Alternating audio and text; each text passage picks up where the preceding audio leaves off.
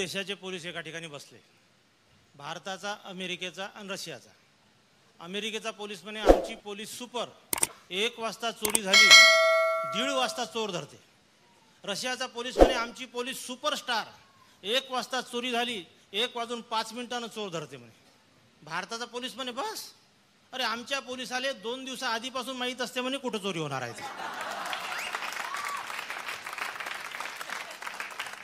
एक कॉन्स्टेबल तर ड्युटीवरून आला, आपली वर्दी काढली, घरी लटकवली.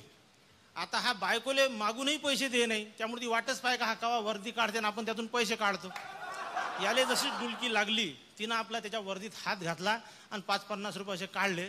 याची झोप उडाली. यानं त्याला हात धरला, म्हणे चाल म्हणे ठाण्यात. आता बायको म्हणे 10 रुपये घ्या, गोष्ट नका वाढवू म्हणे.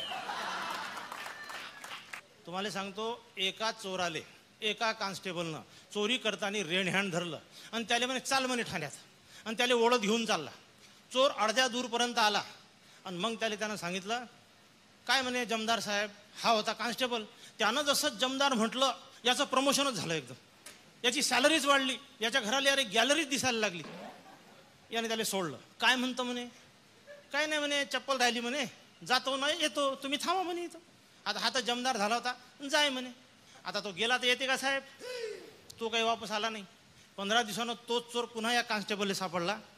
हा म्हणे चाल म्हणे आता त्या दिवसचे 12 आणि आजचे 12 1.5 रुपये वसूल करतो म्हणते वापस. अर्ध्या दूरपर्यंत याला ओढत आणलं. मग चोर म्हणे जमदार साहेब, हा कॉन्स्टेबल म्हणे जमदार तर त्याच दिवशी झालं. तो म्हणे भाऊ मी त्याच्या पुढच्या पोस्टिंग नाही का म्हणे तुझ्याजवळ. चोर म्हणे बरं म्हणे SP साहेब. यानं SP साहेब म्हणल्यावर हा खूप खुश झाला. यानं त्याला सोडून दिलं. काय म्हणतं म्हणे, काही नाही म्हणे साहेब, चप्पल तिथं राहिली, काठी रुतून राहिले म्हणे, गेलो का आलो. कॉन्स्टेबल म्हणे पाय म्हणे तू जातं तर येत नाही म्हणे, तू इथंच थांब म्हणे, मी चप्पल घेऊन येतो म्हणे. भाऊ एका चोरानं चोरी केली, त्याला 10 वर्षाची शिक्षा झाली. मग त्याला जेलमध्ये आपटला. 2 महिन्यानं त्याचा एक हात दुखायला लागला, डावा हात.